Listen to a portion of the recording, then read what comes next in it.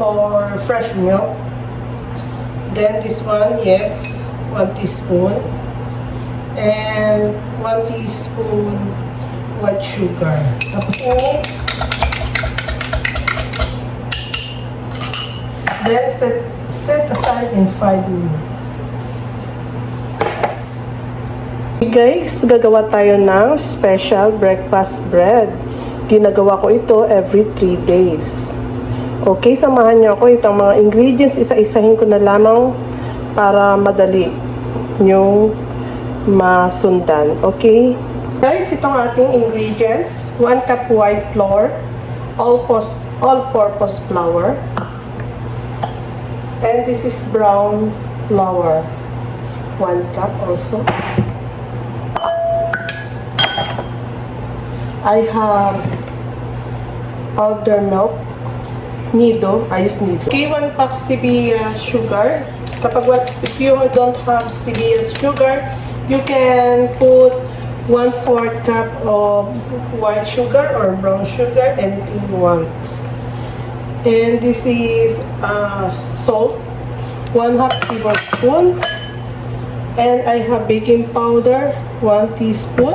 If you don't have baking powder, it's okay. It's worth even without baking powder.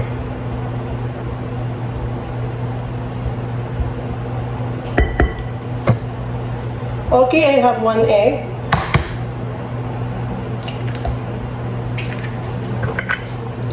And we put 1 teaspoon of vanilla essence for smelling. And this is my 3 tablespoons of olive oil. I use olive oil. You can use vegetable oil, canola oil, anything you want na oil.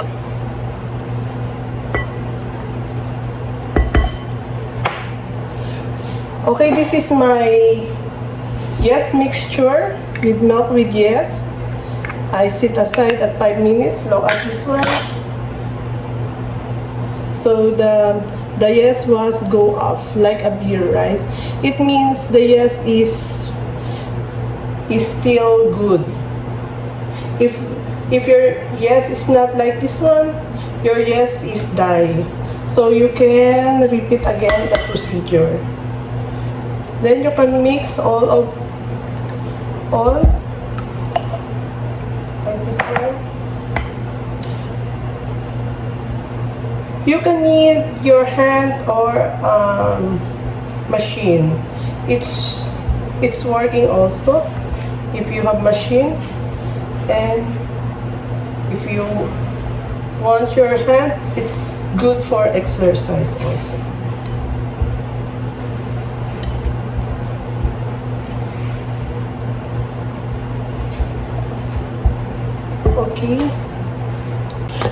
Okay, I use machine with a grease bowl. Means it's grease because I put oil in the side, so the dough is not stick in the side.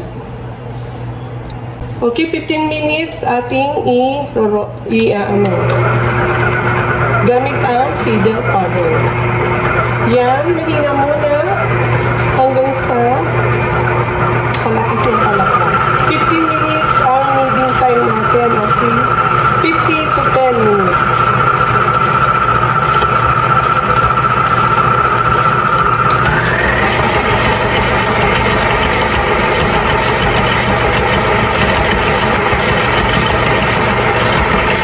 Pwede natin lagyan ng 1 tablespoon na butter if you like.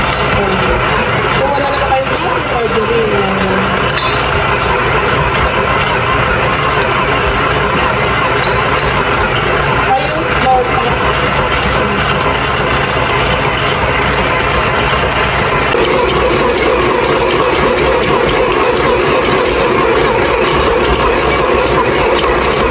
Okay guys, after 15 minutes, tanggalin na natin. At i-rest natin siya ng 1 hour until mag-double ang kanyang size. Ayan. Lagyan lang natin ng oil. Ang oil kasi ay nakakatulong sa pag-angat ng dough. Yan. Tapos, lagyan natin ng cling film at ilalagay natin sa madilim na bahagi ng ating bahay, yung maligam-gam. Yan.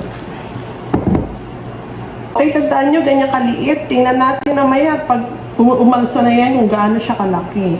1 hour. Okay guys, nakita nyo halos mag-double na ang size ng ating dough. Kaya, i-mix ulit natin ng 15 minutes ulit. Ibig sabihin, pag ganyan nag-double, ay hindi talaga palpak yung ating yes. Ayan.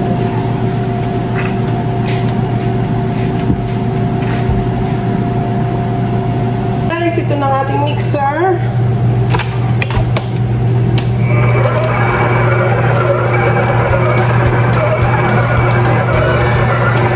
Ganun ulit, simula mahina para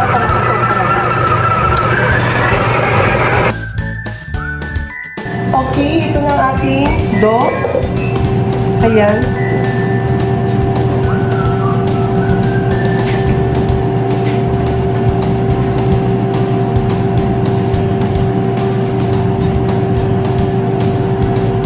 Makikita natin na hindi palpak ang ating dough.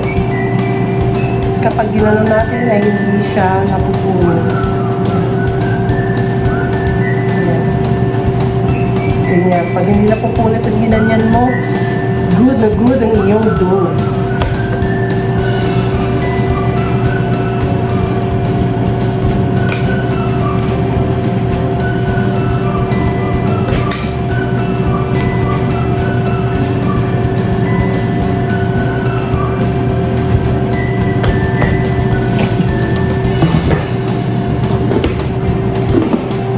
Magdas lang tayo ng flour. Ayan.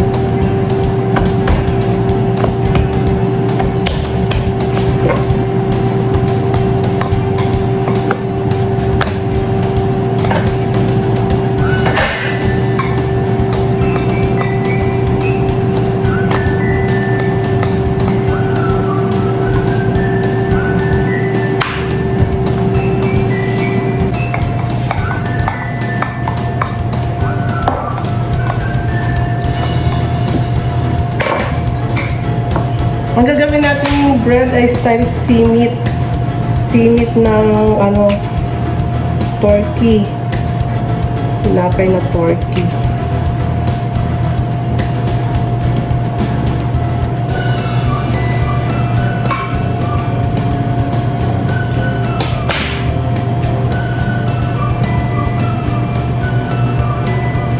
Hindi na ako nag-gloves kasi sabi ni ang gloves ay mayroong chemicals.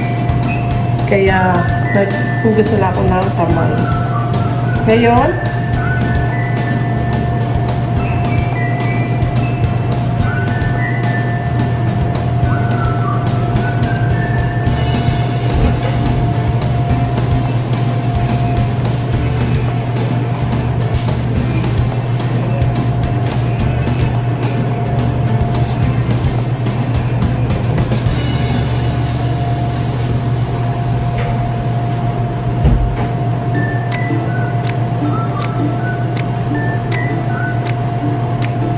ganyan ang magiging itsura ng ating tinapay.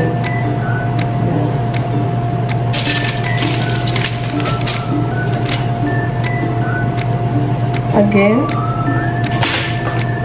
Ay, yung basahan ko kaya ganyang kulay. Binasa ko yan. Para hindi nagalaw-galaw yung ating sangkalan.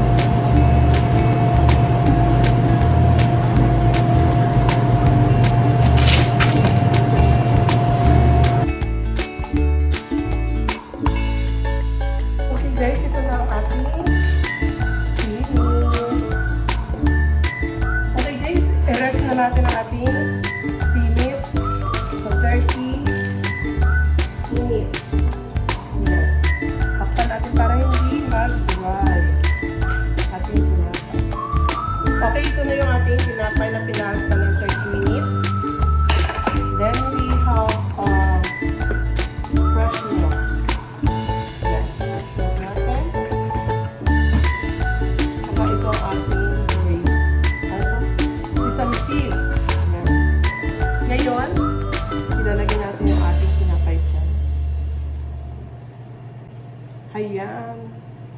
Maliligo na sa gatas ang ating tinapay. Tapos, ilalagay natin dito sa sesame seed. Dapat marami tayong sesame seed. At kung may malalaki kayong sesame seed, ay pwede rin. Ayan, parang donut, ano. Ayan. Ulit-ulit lang, ulit-ulit lang. Ulit-ulitin lang natin yan. Para siyang donut. Ayan, dahan-dahan. Dahan-dahan lang.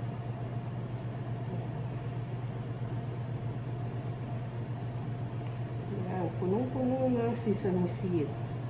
Mayaman sa sesame seed. Ayan.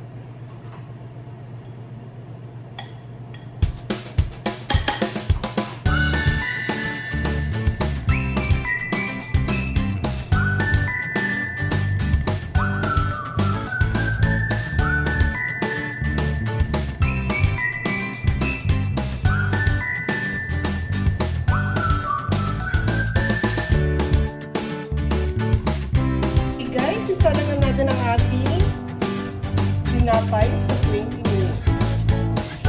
Bago ko pala makalimutan, ay preheat ko ang aking oven sa 160 degrees to 170 degrees Fahrenheit. So guys, ito na ating delicious and crispy. Yan.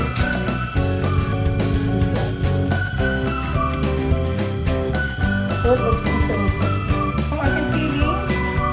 Sliced turkey, smoked, sliced cheese, and cucumber, red lettuce, aquaponics.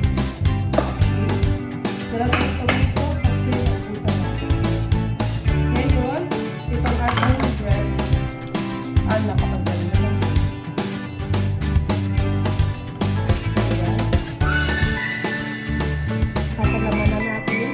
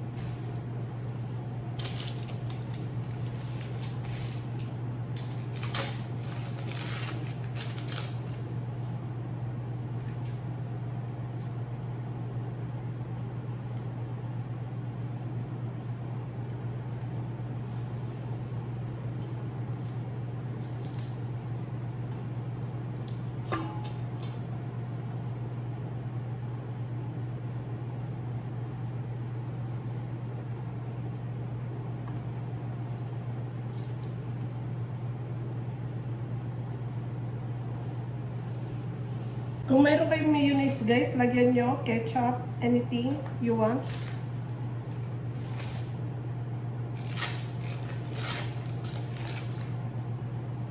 Ayan. Pwede yung pang negosyo, i-level up nyo na lang. Kayo nang bahalang idea namin. Pero kapag pang negosyo, lagyan nyo ng mayonnaise at ketchup.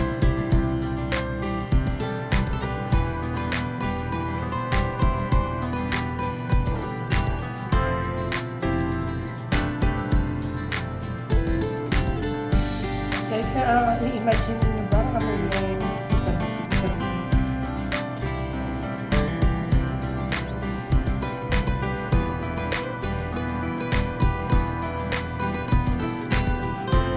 Hello guys! Tikman natin luto ni Ellen. Masarap nga to.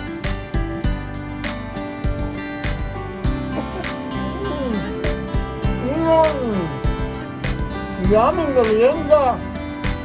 Kain tayo. Pag nagustuhan niyo aming video, huwag kalimutan i-like, share, and subscribe. Maraming salamat sa inyo lahat. Salamat sa suporta. Hindi dahil sa inyo, wala kami. Thank you guys. Ay, sandali.